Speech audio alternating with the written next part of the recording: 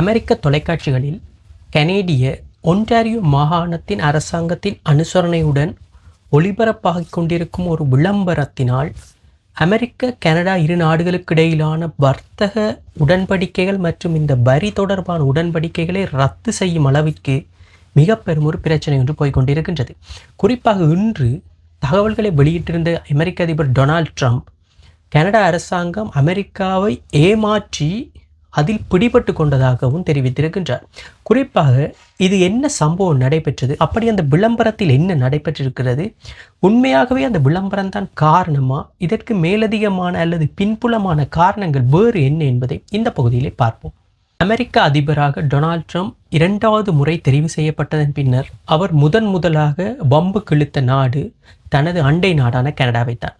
கனடாவை அமெரிக்காவின் 51வது மாகாணமாக தான் ஏற்றுக்கொள்ளப் போவதாகவும் அப்போதைய கனேடிய பிரதமராக இருந்த ஜஸ்டின் ட்ரூடோவை அமெரிக்காவின் கவர்னர் என்ற ரீதியிலான ஒரு தொனியிலேயே அழைத்து வந்தார். இது கனேடிய மக்களுக்கிடையே அமெரிக்கா மீது ஒரு வெறுப்பை ஏற்படுத்தியதுடன் கனேடிய மக்கள் அனைவரும் ஒற்றுமைப்படுவதற்கான ஒரு வாய்ப்பாகவும் அமைந்திருந்த அந்த நேரத்தில் அதன் பின்னர் தான் கனேடிய அரசாங்கம் அல்லது கனடாவிலிருந்து ஏற்றுமதி செய்யப்படும் பொருட்கள் அனைத்துக்கும் இந்த ரெசிப்ரோக்கல் டேரிஃப் என்ற ரீதியில் கிட்டத்தட்ட ஒரு 50 விதமான வரி விதிக்கப்பட்டிருந்தது. அமெரிக்காவின் நீண்ட கால நண்பராக இருந்த கனடாவுக்கு இது அதிர்ச்சியாக இருந்ததுடன் இனிமேல் அமெரிக்காவுடன் பழைய வர்த்தக உடன்படிக்கைகளை கொண்டிருக்க முடியாது என்ற நிலைமையை தோற்றுவித்திருந்தது.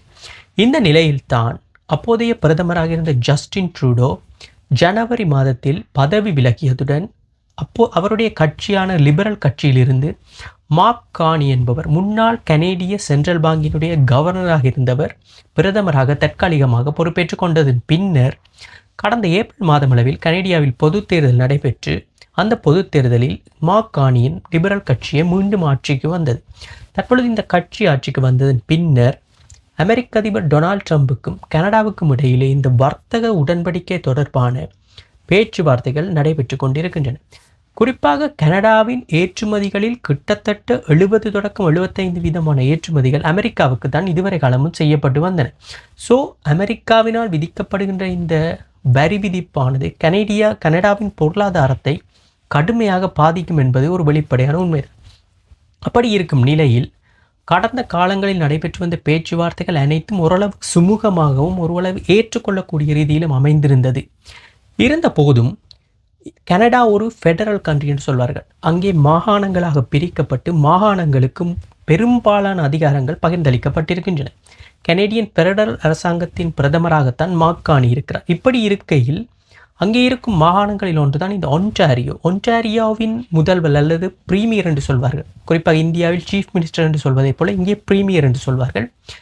பிரீமியராக இருக்கும் டக் ஃபோர்ட் கடந்த தேர்தலின் போதே டொனால்ட் ட்ரம்பை கடுமையாக எதிர்த்து வந்தார். டொனால்ட் ட்ரம்பின் இந்த வரி விதிப்புகள் தொடர்பாக கடுமையான ஒரு எதிர்ப்புகளை தெரிவித்து வந்த நிலையில் இந்த ஒன்டாரியோ மாகாணம்தான் அமெரிக்காவுடன் மிகப்பெரிய ஒரு எல்லையையும் ஷேர் பண்ணுகிறது என்றே சொல்லலாம். இப்படி இருக்கும் நிலையில் ஒன்டாரியோவில் இருந்து மின்சாரம் மற்றும் எரிசக்தி தேவைகள் அமெரிக்காவிற்கு செல்கின்றன என்பது ஒரு வெளிப்படையான உண்மை. அதை தவிர கனடாவின் பெரும்பாலான ஏற்றுமதிகள் இந்த ஒன்டாரியோ மாகாணத்தின் பாதை வழியாகத்தான் செல்கிறது என்பதும் ஒரு வெளிப்படையான உண்மை. இப்படி இருக்கும் நிலையில்தான் டக் ஃபோர்ட் என்று சொல்லப்படுகிற அந்த ஒன்டாரியோ பிரீமியர் அவர்கள் அரசாங்கத்தின் சார்பான ஒரு விளம்பரத்தை அமெரிக்க தொலைக்காட்சிகளில் ஒளிபரப்பும்படியான ஒரு விதத்தில் ஒரு பணம் கொடுத்து சில விளம்பரங்களை அமெரிக்க தொலைக்காட்சிகளில் வெளிப்படுத்தியிருந்தார். அந்த விளம்பரம் சொல்லும் செய்தி என்னவென்றால், கடந்த 80களில் அமெரிக்காவின் ஜனாதிபதியாக காணப்பட்ட ரொனால்டு ரீகன் அவர்கள் இந்த டேரிஃப் மற்றும் டேக்ஸ் ஆனது அமெரிக்க மக்களை எப்படி வாட்டுகிறது என்பது தொடர்பான சில காணொளிகளை அடங்கியதை கொண்ட அந்த வீடியோவைத்தான் தற்பொழுது ஒரு விளம்பரமாக அமெரிக்க தொலைக்காட்சிகளில் வெளியிட்டிருந்தார். இந்த விளம்பரம் தான் தற்பொழுது அமெரிக்காவில் கடும் சர்ச்சையை ஏற்படுத்தியதுடன் இதை பார்த்த டொனால்ட் ட்ரம்ப் தான் இப்பொழுது கனடாவுக்கு எதிராக தனது பார்வையை திருப்பி இருக்கின்றார். குறிப்பாக அவர் இன்று வெளியிட்டிருக்கின்ற அறிக்கையில் இந்த விளம்பரமானது மிஸ்ரெப்ரசன்டேட் பண்ணுவதாகவும் அவர் சொல்ல வந்த விடயங்களை தவறாக சித்தரித்து மக்களுக்கு எடுத்துச் சொல்வதாகவும் தெரிவித்து இனிமேல் கனடாவுடன் நடைபெற்று கொண்டிருக்கும் அனைத்து நெகோசியேஷன் மற்றும் பேச்சுவார்த்தைகளை உடனடியாக டெர்மினேட் பண்ணுவதாக சொல்லியிருக்கின்றார். அது மட்டுமல்லாமல் இனிமேல் கனடாவுடன் மிகவும் கடுமையான முறையில் நடந்து கொள்ளப் போவதாகவும் ஒரு தகவல்கள் வந்திருக்கின்றன. குறிப்பாக இந்த நெகோசியேஷன்ஸை நிறுத்துவதற்கு அல்லது இந்த உடன்படிக்கைகளை நிறுத்துவதற்கு இந்த விளம்பரம்தான் காரணமா என்றால் அது ஒரு மிகப்பெரிய ஒரு கேள்விதான்.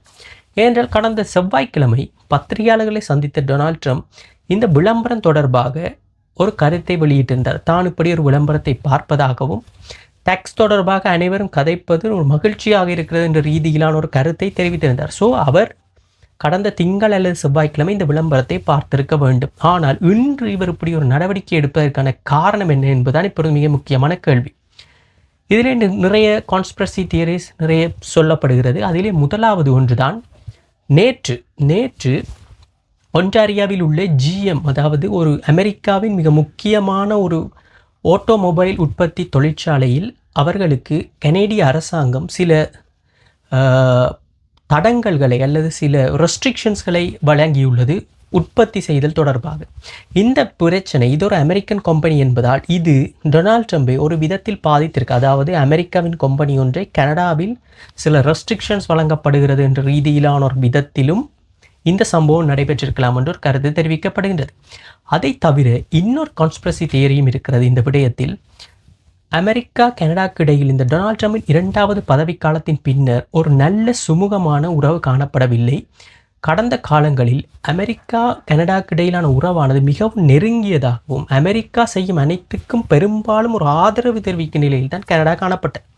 ஆனால் தற்பொழுது டொனால்ட் ட்ரம்ப் 2வது தடவையாக பதவியேற்றதன் பின்னர் அந்த நிலைமை தலைகீழாக மாறியுள்ளது. குறிப்பாக இந்த காசா போரை எடுத்துக்கொண்டால் அமெரிக்கா கடுமையாக இஸ்ரேலை ஆதரிப்பதுடன் அந்த போரையும் கிட்டத்தட்ட ஒரு ஆதரிக்கும் நிலையில் தான் காணப்படுகிறது. ஆனால் கனடா அப்படியல்ல. இஸ்ரேலை கடுமையாக எதிர்ப்பதுடன் பாலஸ்தீனத்திற்கான அங்கீகாரத்தையும் 2வது வழங்கிய G7 நாடாகவும் கனடா மாறியிருந்தது. ஸோ அமெரிக்காவின் செயற்பாடுகளுக்கு நேரெதிரான ஒரு செயற்பாடுகளை எடுக்கும் முயற்சியில் கனடா இப்பொழுது முன்னிறங்கியுள்ளது. இது ஒன்று. இன்னொரு விடயம், சைனாவுடன் கனடா ஒரு நெருங்கிய தொடர்பை மேற்கொள்வதற்கான பேச்சுவார்த்தைகள், குறிப்பாக இந்த வர்த்தக ரீதியான பேச்சுவார்த்தைகளை நடத்தி வருவதாகவும் எதிர்வரும் வாரங்களில் கனடிய பிரதமர் சைனாவின் மிக உயர்ந்த ஒஃபிஷியல்ஸ் அல்லது கிட்டத்தட்ட சைனாவின் அதிபரை சந்திக்கக்கூடிய வாய்ப்புகள் ஒன்று இருப்பதாகவும் இப்பொழுது ஒரு தகவல் வந்திருக்கின்றது. ஸோ இதையெல்லாம் கணக்கு வைத்து கொண்டு தான் டொனால்ட் ட்ரம்ப் இன்று இந்த முடிவை எடுத்திருக்கலாம். அதாவது கனடாவுக்கு ஒரு ரெட் லைட் ஒன்றை காட்டுவதற்காக கூட இப்படியான ஒரு சம்பவம் நடைபெற்றிருக்கலாம் என்று கருத்துக்கள் தெரிவிக்கப்படுகின்றன. இந்த அமெரிக்கா கனடா இடையிலான இந்த விரிசலானது கனடாவை ஐரோப்பாவின் பக்கம் தோக்கி நகர்த்துவதுடன் ஆசியாவிலும் தன்னுடைய வர்த்தகத்தை விரிவுபடுத்துவதற்கு முயற்சி செய்கின்றது. குறிப்பாக கனடா இப்பொழுது நன்காக அறிந்துள்ளது, அமெரிக்காவை மட்டும் தங்கியிருந்தால் இனி வேலைக்கு ஆகாது என்ற ரீதியிலும் தன்னுடைய பொருளாதாரத்தை உலக அளவில் விரிவாக்க வேண்டும் என்ற ரீதியிலான ஒரு தன்மையை தான் இப்பொழுது கனடா கொண்டிருக்கின்றது. குறிப்பாக கடந்த காலங்களில் ஒரு பேச்சு அடிபட்டது, கனடா ஐரோப்பியன் யூனியனிலும் இணைவதற்கான வாய்ப்புகள் அதிகம் இருக்கிறது என்ற ரீதியிலான ஒரு தகவலும் கடந்த காலங்களில் வெளிவந்தது என்பதை நாங்கள் மறுக்க முடியாது. இப்படி இருக்கும் நிலையில் தான் இன்று இந்த பிரச்சனை பூதாகரமாக வெளிப்பட்டு கனடா அமெரிக்காவுக்கு இடையிலான பேச்சுவார்த்தைகள் தற்காலிகமாக நிறுத்தப்பட்டுள்ளது என்று தான் சொல்லலாம். இதன் பின்னர் ஒன்டாரியோவின் பிரீமியர் டாக் ஃபோர்ட் அந்த தொலைக்காட்சி விளம்பரங்களை இந்த வீக்கெண்டின் பின்னர் அமெரிக்க தொலைக்காட்சிகளில் ஒளிபரப்பாது என்ற உத்தரவாதத்தை வழங்கியிருக்கின்றார். அதை தவிர இன்று காலை பத்திரிகையாளர்களை சந்தித்த கனடிய பிரதமர் மார்க் கார்னி தாங்கள் எப்பொழுதும் அமெரிக்காவுடன் பேச்சுவார்த்தை நடத்துவதற்கு தயாராக இருப்பதாகவும் அமெரிக்கா தான் இனி முடிவெடுக்க வேண்டும் என்ற ரீதியிலான ஒரு கருத்தை சொல்லியிருக்கின்றார். இப்படி இருக்கும் நிலையில் தான் இந்த கனடா அமெரிக்காவுக்கு இடையிலான உரசல் போய்கொண்டே இருக்கிறது. குறிப்பாக கனடா அமெரிக்காவின் பெரும்பாலான எல்லையை, அதாவது வடக்கு பகுதியின் பெரும்பாலான எல்லையை பகிர்ந்து கொள்ளும் ஒரு நாடு. இந்த காலங்களில் கனடாவும் அமெரிக்காவும் ஒரு இணை பிரியாத நட்பை கொண்டிருந்த ஒரு நாடாகத்தான் இருந்தது இந்த டொனால்ட் ட்ரம்பின் வரவிற்கு முன்னர். ஸோ இது இப்பொழுது அனைத்தையும் தலைகீழாக மாற்றியுள்ளது. ஸோ பொறுத்திருந்து பார்ப்போம். இன்று கனடிய பிரதமர் மார்க் கார்னி ஆசியாவுக்கான பயணத்தை மேற்கொள்கின்றார். நாளை டொனால்ட் ட்ரம்ப் ஆசியாவுக்கான பயணத்தை மேற்கொள்கிறார். இவர்கள் இருவரும் இன்னும் 3-4 நாட்களில் நேருக்கு நேர் சந்திப்பதற்கான வாய்ப்புகள் இருக்கின்றது ஆசியாவில் வைத்து. ஸோ அதிலே என்ன நடக்கிறது என்பதை பொறுத்திருந்து பார்ப்போம். இந்த பிரச்சனை ஒரு வாரியாக மூடி மறைக்கப்படும் அல்லது தற்காலிகமாக ஓரங்கட்டப்படும் என்பது வெளிப்படை உண்மை. மீண்டும் பேச்சுவார்த்தைகள் தொடங்கும் என்பது அனைவருக்கும் தெரிந்த விடயம். இது ஒரு சர்ச்சையான விடயமாக தற்பொழுது மாறியுள்ளதுடன் இது உலகத்தின் கவனத்தையும் ஈர்த்துள்ளது. ஸோ பொறுத்திருந்து பார்ப்போம். எதிர்வரும் வாரங்களில் இந்த இரு தலைவர்களுக்கு இடையிலான சந்திப்பு என்ன விதமான பொருளாதார மாற்றங்களை ஏற்படுத்தப் போகிறது என்பதை பொறுத்திருந்து பார்ப்போம். மீண்டும் இன்னொரு காணொளியில் உங்களை சந்திக்கிறேன். நன்றி.